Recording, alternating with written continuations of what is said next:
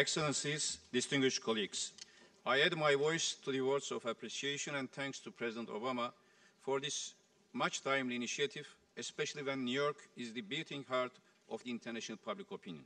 My country, has been the victim of terrorism since early 1970s, knows only too well that terrorism is an ugly instrument of illegitimate politics.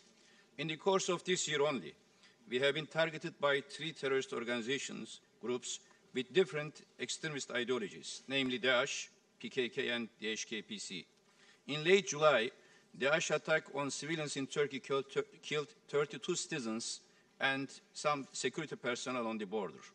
This was immediately followed by PKK attacks, almost in a simultaneous manner with Daesh, and in those attacks we lost even more innocent civilians and security personnel.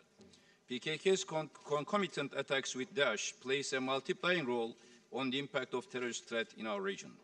Terrorism has no religion, ethnicity, or geography.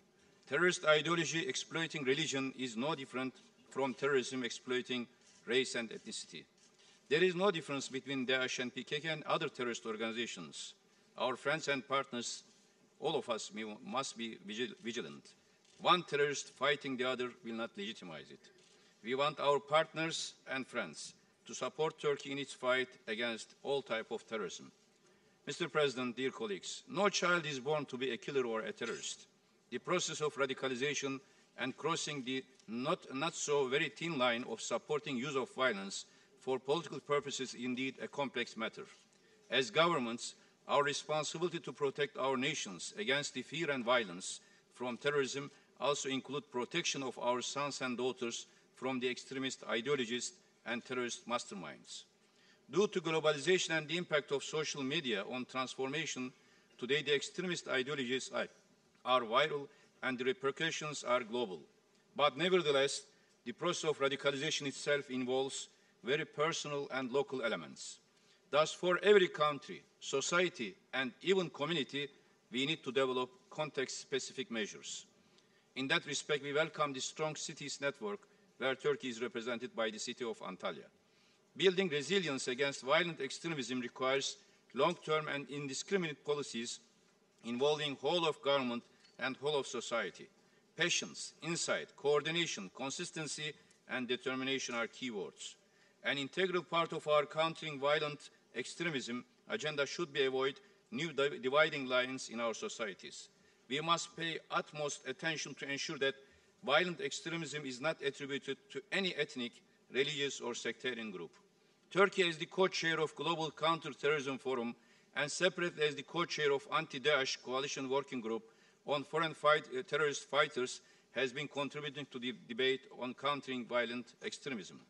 Unprecedented threat emanating from foreign terrorist fighters in the past few years has only confirmed what we feared. Some of these young men and women who have joined Daesh from the very heart of Europe or from countries with predominantly Muslim population are neither poor, nor uneducated, nor had problems of integration. Yet they end up in the ranks of this vicious terrorist group together with the fringe clusters of petty criminals or sociopaths. Our work in Anti-Daesh Coalition Working Group, Global Counter-Terrorism Forum, or in other fora should thus be focusing on pull factors as well as push factors. Mr. President, in the no-entry list that my government has introduced against foreign terrorist fighters since 2011, we have now recorded down almost 20,000 names from over 100 countries.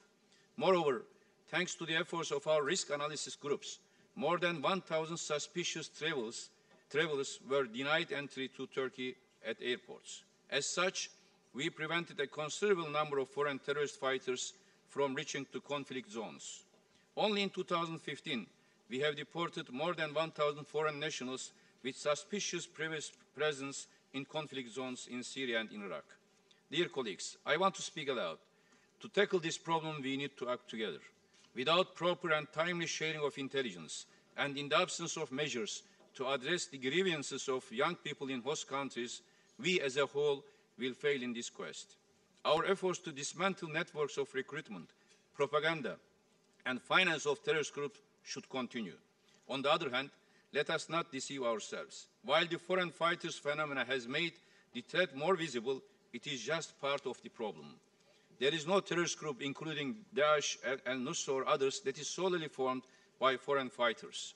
We cannot ignore the impact of unresolved conflicts, mismanaged crises, mass displacements, and gaps of human security, intolerance, discrimination, racism, xenophobia, and Islamophobia as factors that prepare the ground for violent extremism. Syria is a case in point.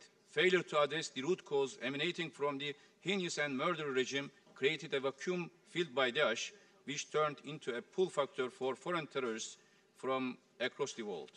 Mr. President, dear colleagues, as the international community, the best narrative that we have in our disposal against violent extremism abuse is our ability to deliver peace, stability, welfare, and justice.